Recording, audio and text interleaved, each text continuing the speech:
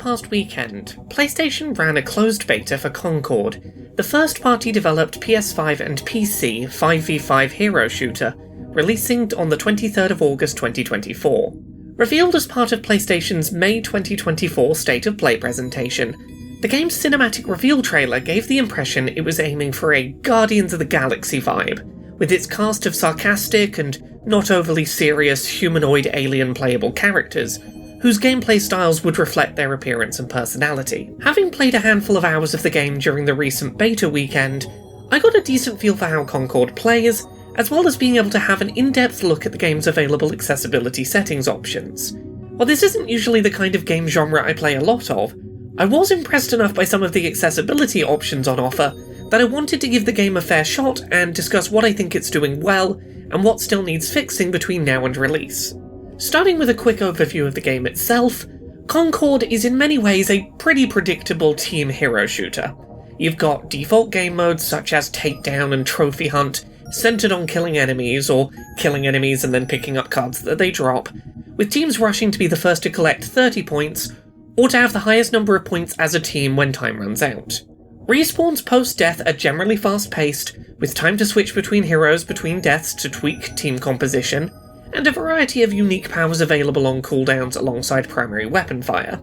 There was also a mode in the beta called Clash Point, where teams fought to control a central checkpoint in a best-of-7 tournament, with respawning turned off in order to increase the risk of going for the center control point for victory. While the cast of playable free gunners did a good job of having varied designs and gameplay styles, the narrative cutscenes presented on first boot of the game were pretty awkward. Dialogue felt decidedly forced, trying to emulate a very specific style without much success.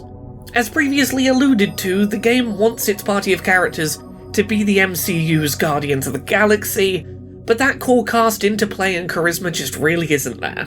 This isn't a game that seems like it's really going to be about its plot, but what is there doesn't leave me wishing there was more.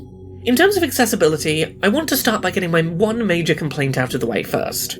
While Concord offers subtitles, which can be made high contrast with speaker names present, in the beta, subtitle timings were incredibly poorly implemented. As a hearing player who uses subtitles as supplementary information, reading along while I listen to avoid missing dialogue due to sensory processing issues, I couldn't follow Concord's subtitles in any usable way, as they appeared on screen so long after their spoken dialogue counterparts. At times, I recorded footage of subtitles appearing on screen more than 5 seconds after their corresponding spoken dialogue line had already ended, meaning that reading in time with spoken dialogue was impossible. I also at one point muted game audio and tried to just follow the subtitles alone during a cutscene. This didn't fix the issue, as I found myself really struggling to identify who was talking at any given moment. Using the subtitles alone, lines of dialogue did have speaker names attached to them, but I couldn't learn which name referred to which character, as I would look up from reading a subtitle to see no characters' mouths moving, meaning I couldn't associate names with faces. This is my one major issue at present with Concord, and one that I hope is able to be addressed before launch. However, with that said, I want to move on to things that I think Concord gets right in terms of accessibility. In terms of Concord's accessibility positives, the two main aspects of the game that I wish to praise are the degree to which text and UI size can be increased, and the game's approach to customizable high-contrast outlines in a multiplayer setting. While customizable UI and text sizes aren't uncommon features today to see offered in games, I generally like Concord's approach to both of them. The game allows players to set text to a more legible custom font, as well as set a minimum font size which applies across menus as well as UI text size during gameplay. Similarly, UI size itself for in-game elements can be increased in size dramatically, taking up a much larger portion of the screen, while still leaving a usable amount of screen space for combat. While it would be appreciated to be able to change UI element sizes independently from each other, rather than having to change UI size as a single value, I do appreciate just how large the game allows its UI to be set.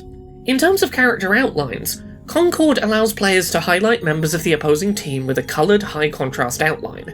This outline can be increased in thickness dramatically, offering a fairly effective high-contrast mode implementation. The reason this feels notable is that we're currently at a point in time where an increasing number of multiplayer game developers are starting to experiment with offering high-contrast mode visuals, such as Call of Duty, but are making them exclusive to single-player content. While Concord isn't the first multiplayer game to feature coloured character outlines, allowing their thickness to be so dramatically increased does a lot to increase their accessibility usefulness, and it feels novel to see a multiplayer title unafraid to lean into offering increased visibility options. Items such as smoke grenades do obscure visibility of these high-contrast outlines, which feels like a sensible balance, and that worked in practice, with the game not removing outline visibility until an enemy character was also no longer generally visible in the smoke.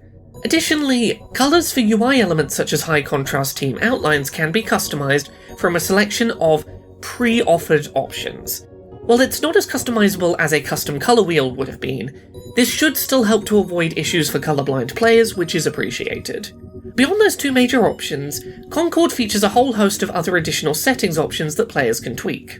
On the first boot up of the game, Concord offers a first-time settings menu, where players can set up some of the more important accessibility settings options.